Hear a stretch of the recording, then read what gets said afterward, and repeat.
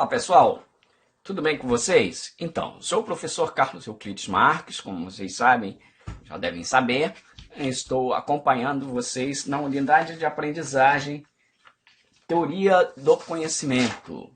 Vou trabalhar rapidamente alguns pontos iniciais. Chamarei essas intervenções de pincelada do dia. Qual será uma das nossas questões de hoje? O que é conhecimento? Olha, é muito importante que a gente tenha um entendimento sobre o que é conhecimento. Mas, claro, vocês devem ter alguma ideia do que seja conhecimento, algum preenchimento sobre essa palavra ou verbo, né? O que é conhecer. Entretanto, às vezes, como estratégia de estudo, é importante que a gente desconfie dos nossos preenchimentos de algumas palavras, de alguns termos. Uma forma da gente alargar os sentidos para alguns termos é nós irmos ao dicionário. Então, eu escolhi um dicionário comum, que é o OAS eletrônico, que eu tenho aqui no meu computador, mas a gente poderia pensar a partir de outro dicionário da língua portuguesa mais geral, como o Aurélio. Sempre lembrando que esse é um uso inicial do dicionário. Evidentemente, se você vai fazer um trabalho de pesquisa para uma área especializada e tal, você vai recorrer posteriormente a um dicionário especializado, um dicionário técnico da área. Se vocês forem um dicionário de filosofia, por exemplo, no verbete conhecimento, vocês encontrarão um verbete grande com várias concepções de conhecimento, ok? Mas vamos lá, o que diz o Wise? O Wise tem várias acepções, aqui pelo menos 6 acepções, né? Perceber e incorporar a memória de algo, a memória, algo, ficar sabendo, né? Eu sei disso, eu conheço isso, né? Eu conheço novos países, né? Eu conheço o mundo. Tomar ou ter consciência de. Aqui é interessante, tomar ou ter consciência de, que o exemplo ele não conhece a sua própria força, né? Ele não tem consciência da sua própria força.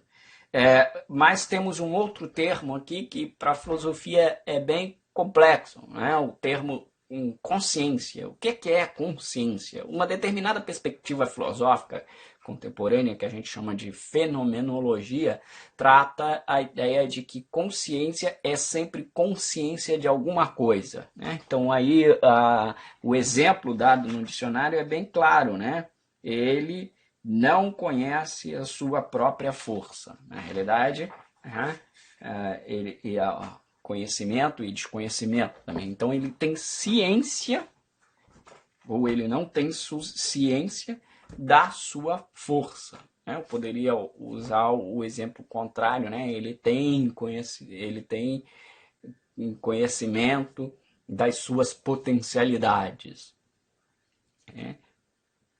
Ora, nessa concepção, eu pego, por exemplo, um dos teóricos dessa área, e é o filósofo francês Jean-Paul Sartre, um filósofo contemporâneo, morreu aí por volta da década de 40 ou 60, agora me foge um pouco a memória.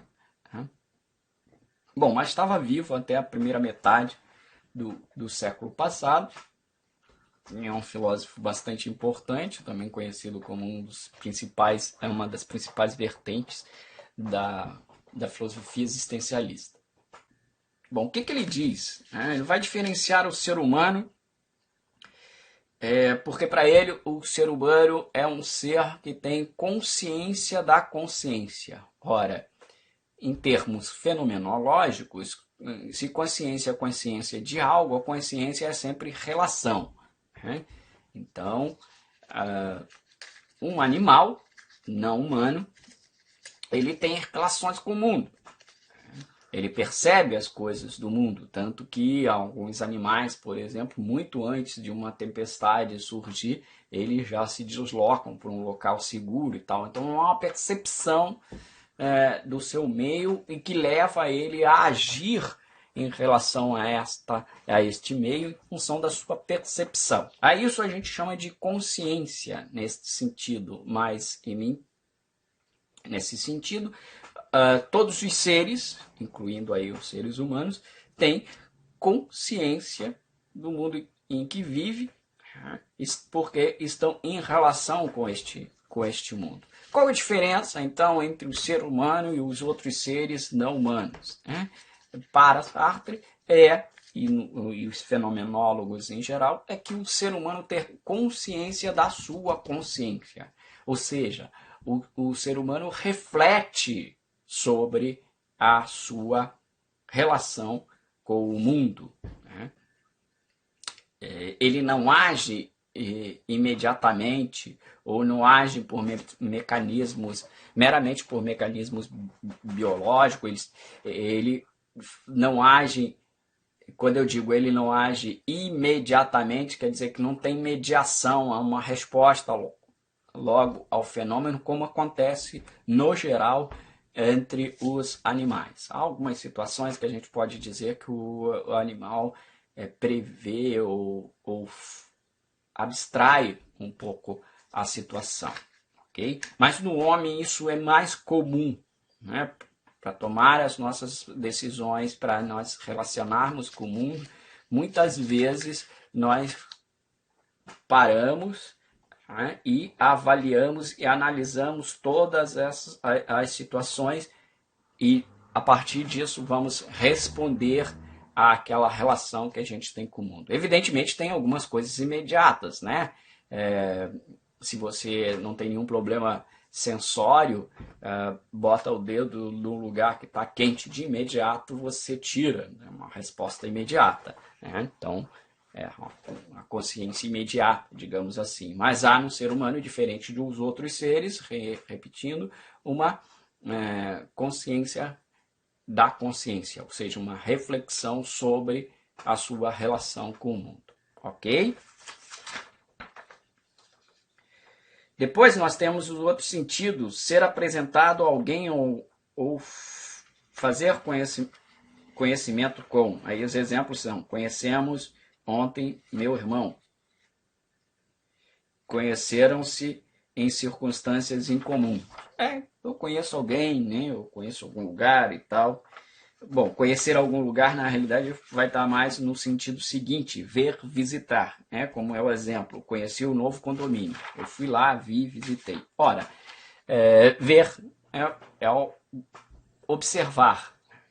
Nós vamos ver no campo dos tipos de conhecimento, alguns a observação, como na ciência e mesmo no senso comum, e na filosofia menos, né? Já que ela faz mais abstrações e não depende necessariamente de você ter que adequar essas abstrações a uma experiência, como no caso da ciência, uma experiência de laboratório, né? Um teste empírico. Mas a observação pode fazer parte daquilo que a gente quer tratar como um aspecto do conhecimento. Mas ela por si só não é, aqui na acepção que a gente quer para essa unidade de aprendizagem, não é o mote, né, da noção de conhecimento para essa unidade de aprendizagem. Nós temos outra, né? A acepção 5, manter relações pessoais mais ou menos estreitas, né, com alguém. Quando você disse, eu conheço fulano e tal. Né? Estar familiarizado com, saber dominar. Né? Ele domina aquela área, né? Ele conhece aquela área. Então essas são algumas acepções. O importante anotar frisar que algumas delas a gente toma em parte aqui quando a gente quer falar de tipos de conhecimento, né? Mas sozinha uma ou outra, ela não dá conta daquilo que a gente quer entender aqui como conhecimento. Uma outra possibilidade da gente pegar e entender uma certa noção é ir à etimologia, ao etmos, né, a raiz, a formação da palavra. Né? Conhecer vem do latim conascere. Conascere pode traduzir como nascer com, um nascer novamente. Né? Conhecimento é o resultado, de alguma forma, de algo que você se apropria, né? Como é uma ideia de nascimento, né? A criança, por exemplo, num parto, ela não nasce no nada, né? Já sai de algum lugar. Mas ela vai brotar para o mundo. Esse brotar para o mundo vai fazer que ela cresça nesse mundo, ela seja absorvida nesse mundo e se absorva desse mundo. Então é muito interessante essa imagem, porque a ideia de conhecimento, um sentido mais pleno e que a gente quer tomar aqui, é de algo que você toma, apreende, né? E isso faz com que você se transforme, com que você veja de outra forma o mundo e de alguma forma também possa vir com isso a transformar o mundo. Né? O que nos leva a uma diferenciação, né, entre informação e conhecimento. Né?